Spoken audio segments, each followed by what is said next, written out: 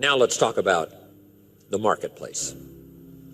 Personal development now to get us ready for the marketplace. Success is something you attract by becoming an attractive person. What would make you an attractive person in the marketplace? So you have the best chance to get the best job, to get the best pay, to have the best opportunity, work with the best people, be welcome at the best tables of learning and enterprise, to sit at the conference table of promise and future. How do you get there? Some things to remember.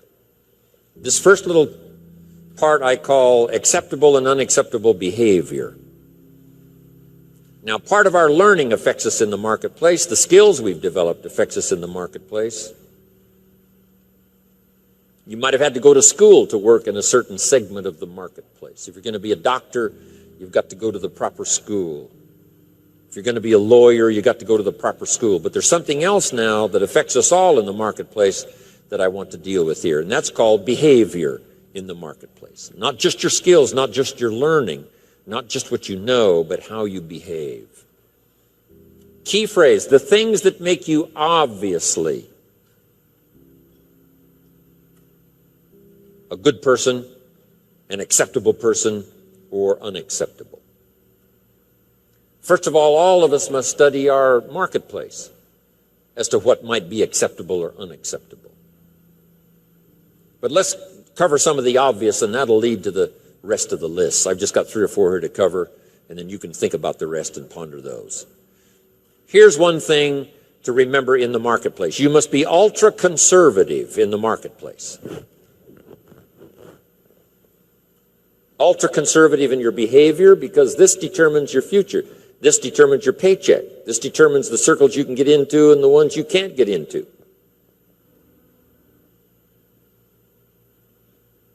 I've got some examples here, and you'll see where I'm going. Here's number 1, your language. The language you use in the marketplace has so much to do with your paycheck. Now, in some areas, that may not be totally true, where you could use bad language and tell dirty stories and cuss all day long, and it wouldn't make any difference.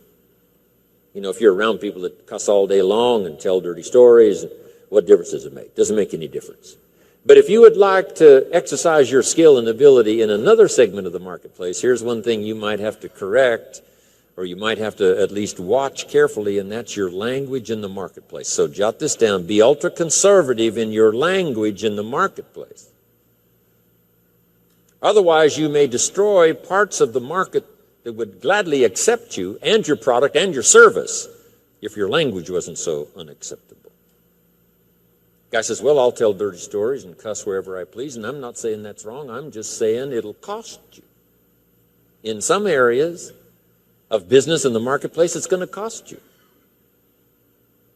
Here's a guy that makes $100,000 a year, could make $250,000 easy. The other $150,000 disappears because of his bad language in the marketplace. He's unacceptable in some circles. They won't listen to his story, even though he has something good to share.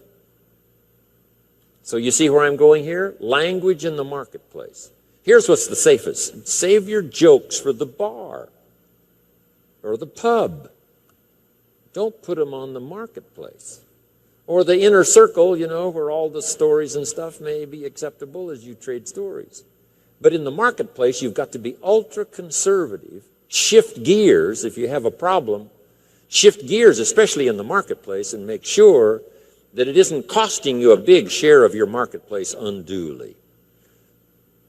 Because there's no use suffering an extra $100,000, $200,000 a year income simply because you're careless with your language in the marketplace. So of all the places not to be careless, it's in the marketplace concerning your language. So do you see where I'm going here? Okay.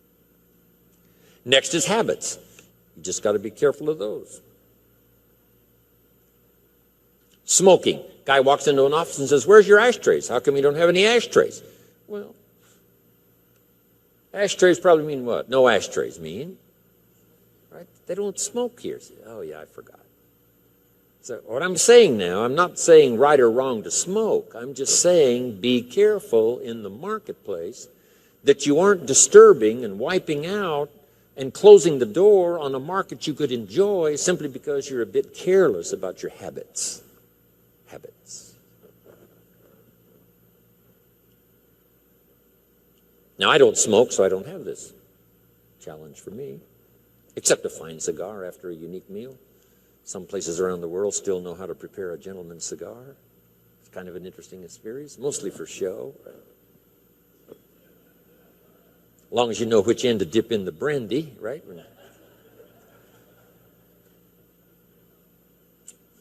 But you see where I'm going here now on habits.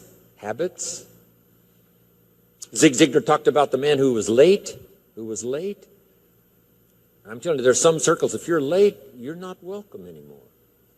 You say, well, I've been late all my life. If people don't like that, that's too bad. I'm saying that's okay. You can have that attitude if you want to, but what if it cost you $100,000 a year? Wouldn't you reconsider? That's too much to pay for the luxury of some habit that you could easily correct and maybe enjoy the benefits of a marketplace that's been closed up until now. This is all I'm saying. Take a look at your habits. Take a look at your language. Here's another one. Your dress. Now, sometimes dress changes regionally. In San Francisco on a business day, they wouldn't expect you to look like West Palm Beach. If you dress like West Palm Beach on a business day in San Francisco, they'll treat you casual, right? Not appropriate dress. So part of this is company, part of it is region, part of it is locality, part of it is community. What's acceptable in the marketplace on a conservative basis? What would be acceptable to everyone in San Francisco? To be dressed conservatively. In West Palm Beach, you can have a casual business dress, perfectly acceptable. The key is to find out so that you don't cost yourself market that you could enjoy. You don't cost yourself customers that you could have. You don't cost yourself people that would gladly join and be part of it, except for these difficulties. I had to learn some of this stuff. All of us have to learn the social graces and what's acceptable. The white socks don't go with the black tuxedo. I mean, some things you just have to learn. What if a guy called on farmers in his tuxedo? See, the word would spread. You should see this clown. So now that's the severe side, but here's what I'm asking you. Check your dress, check your clothes, check your attitude, check your behavior, check your language, check your habits, especially in the marketplace where you get paid. No use slamming the doors you don't need to slam. No use shutting off opportunity that you don't need to shut off by not considering some of these things, okay? One more I found important. Make your employer, not your banker. I wondered why a few opportunities I lost. Because too quickly I asked for a raise. I'd only been there a month, and I said, could I have an advance? An employer says, wow, I thought we hired the right guy, but this guy needs extra money already. Can't manage his affairs, has to have an advance. So here's don't make your employer your banker. Make your banker your banker. If you need a little extra money, go to your bank. Go somewhere, but not to your employer. Here's why. An employer is like opportunity. Opportunity doesn't want to see your need. Opportunity wants to see your seed. So let employer be employer, let banker be banker, let friend be friend.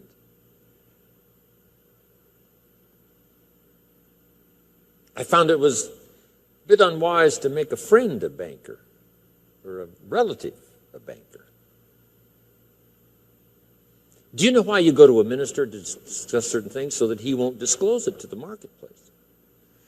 And you go to your doctor to disclose it so he won't disclose how weak and sickly you might be. So you don't bring your sickness to the marketplace and talk about it. You talk that over with your doctor. Talk over your maladies and your problems to your doctor. So jot this down. It's called show your seed and hide your need. In the marketplace especially. Show your seed, show your willingness, show your desire, show your hard work, show your work ethic, show your arrive early, stay late attitude. Show that, but not your need. The marketplace is not interested in your need. Next is code of conduct. It's not a bad idea to take a piece of paper someday and just jot down, what is your code of conduct? What do you expect from yourself? Some things you will do, some things you will not do.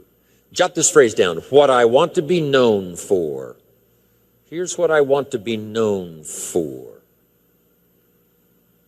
And that's not a bad list to make.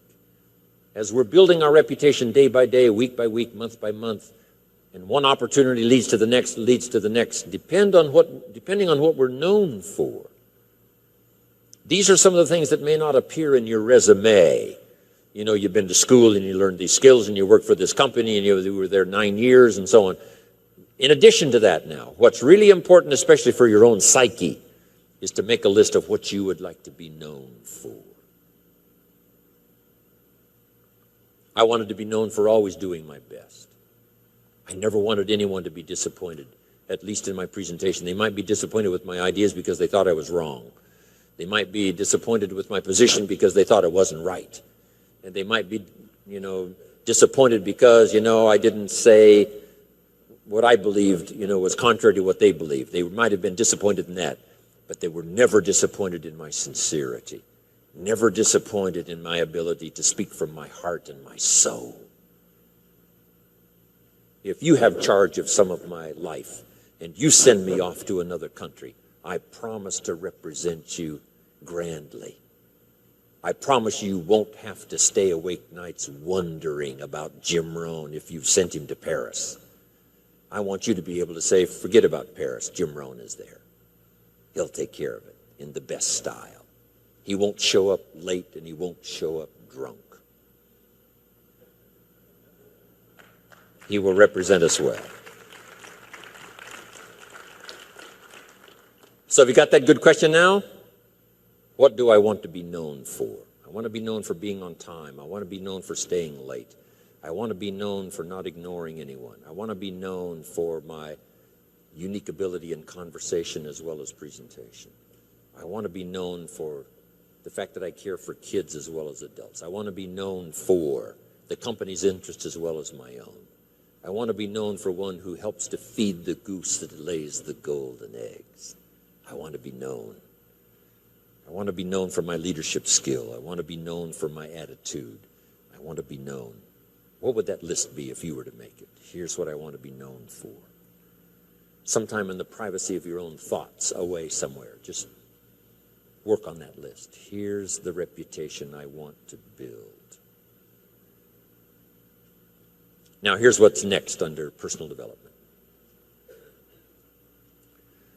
Under personal development, develop these 5 abilities.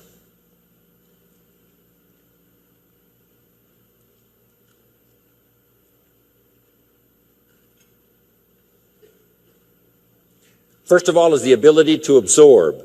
One of the big challenges for being here now, especially for 3 full days, some of you, it's going to be a challenge to try to get it all.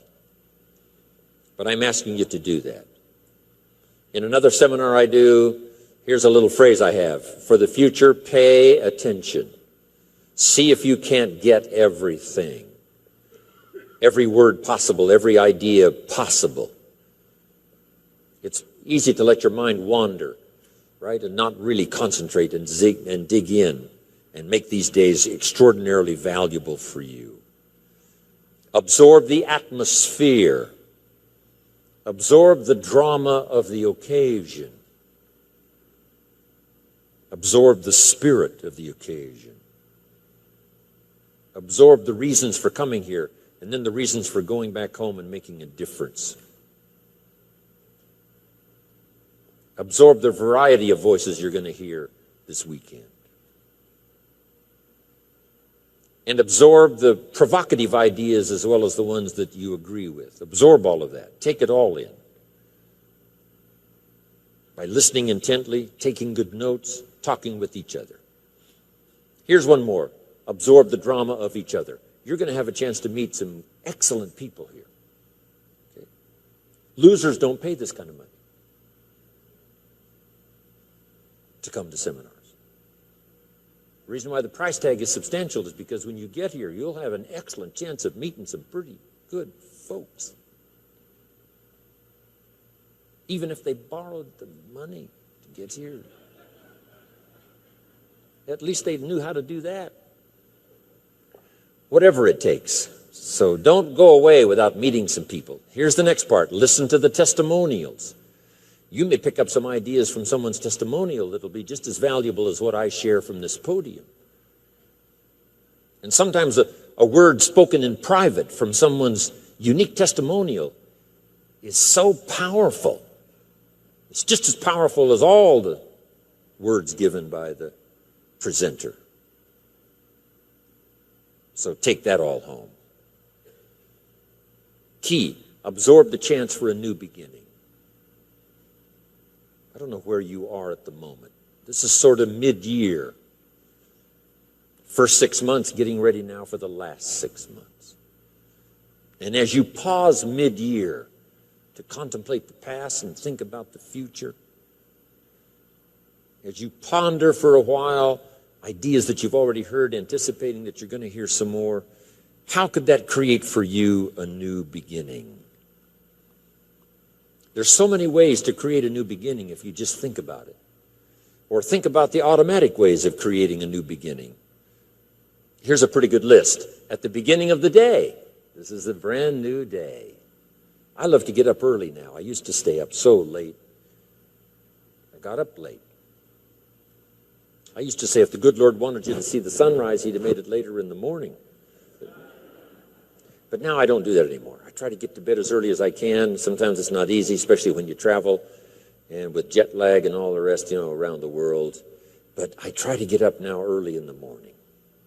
The unique thing about early in the morning, you haven't messed up the day yet. I mean, it's just there. It's ready, fresh. It's like being born again. A new day is like being born again. A chance for a new day, a new life. You've never lived this day before.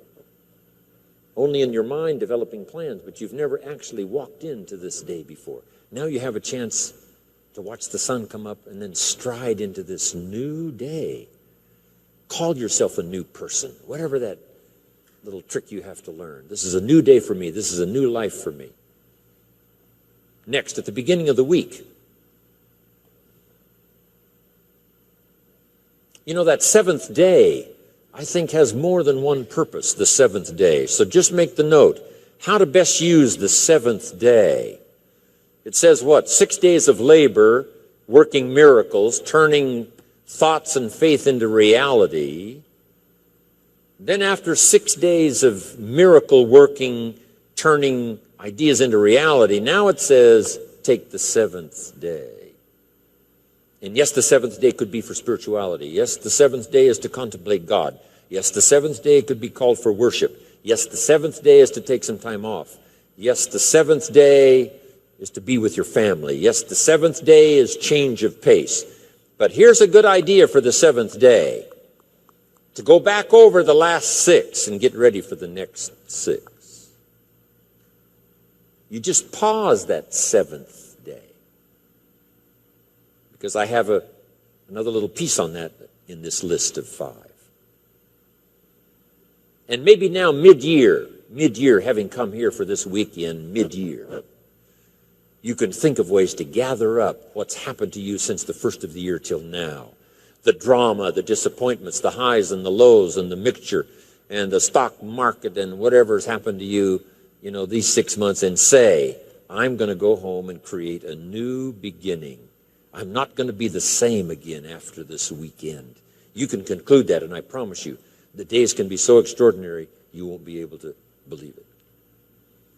So absorb everything. Take it all in. Don't miss anything. The sound, the music, the sights, the atmosphere. My friend Bill Bailey has this extraordinary gift. He doesn't miss anything. Better for him to go to Acapulco, come back and tell you about it, than it is to go yourself. And the reason is, if he goes, he won't miss anything. He'll soak up every detail, every person he met, the food and the aromas and the sights and the sounds and the colors and the people and the countryside. Then he has the gift of language. When he comes back home, he can tell it to you. When he talks, you can feel the water lapping on your feet. You can smell the aroma of the food. You can see the colors and the people. 2 gifts: to get it. Second gift, to share it. And put it in dynamic words, leaving out no detail. Because here's the key to remember: the drama is in the detail. Lady tells me I've lost 60 pounds. I said, well, is that it? Is that the end of the story? She said, oh, no. Oh, no. There's a lot more to the story than that. And I said, well, I appreciate the number, but give me the details. What was going on in your life before? She says, well, misery you can't believe. I know I missed 3 good jobs just because I had too many pounds. And I says, how do you feel now? And she starts to cry. Wow, that's what I want to hear. The details. The drama is in the details. Give me the numbers, yes, but what does this number mean? For some people, the number means everything, before and after. The number means so much drama you can't believe, before and after. Before the day and after the day. Give me the details. Absorb, take it in, don't miss anything.